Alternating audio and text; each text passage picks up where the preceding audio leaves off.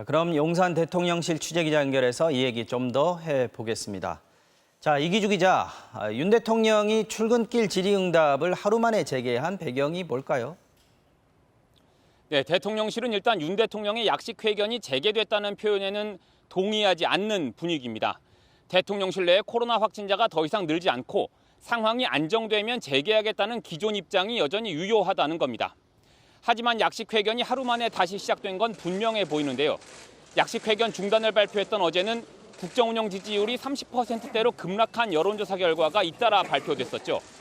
대통령의 정제되지 않은 약식회견이 지지율 추락의 원인으로 지목되자 코로나 상황을 근거로 아예 중단하려는 것 아니냐 이런 논란이 일었는데요. 소통 의지 자체가 의심받는 쪽으로 여론이 진행될 것을 경계해서 약식회견을 다시 시작한 것으로 풀이됩니다. 또 약식회견이 민감한 정치적 쟁점에 대한 답변뿐 아니라 경제나 민생에 대한 홍보회장이 될 수 있다는 판단을 했다는 관측도 나옵니다.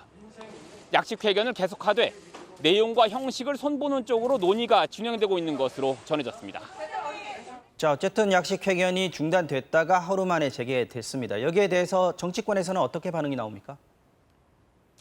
여야 모두 긍정적으로 평가했습니다. 국민의힘은 대통령이 국민과 소통을 게을리하지 않겠다고 한 약속을 지켰다 이렇게 평가를 했고요. 더불어민주당도 오락가락하긴 했지만 방향을 잘 잡은 것 같다 이렇게 말했습니다. 직접 들어보겠습니다.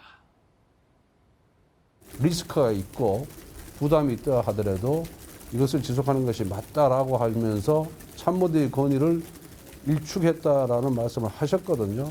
도 스태핑이 됐든 어떤 방식이 됐든 국민과의 소통은 계속해서 하리라고.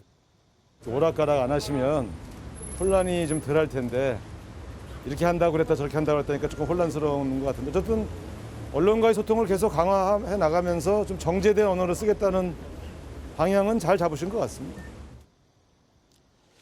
네, 다만 여당 내에서도 역사의 길이 남을 일이다. 중단하면 불통 대통령이 될 것이다 라면서 약식회견을 계속해야 한다는 주장이 있고요. 반면에 꼭 필요한지 모르겠다. 정제되지 않은 발언은 안 하는 게 낫다 등의 회의적인 반응이 엇갈리고 있는데요.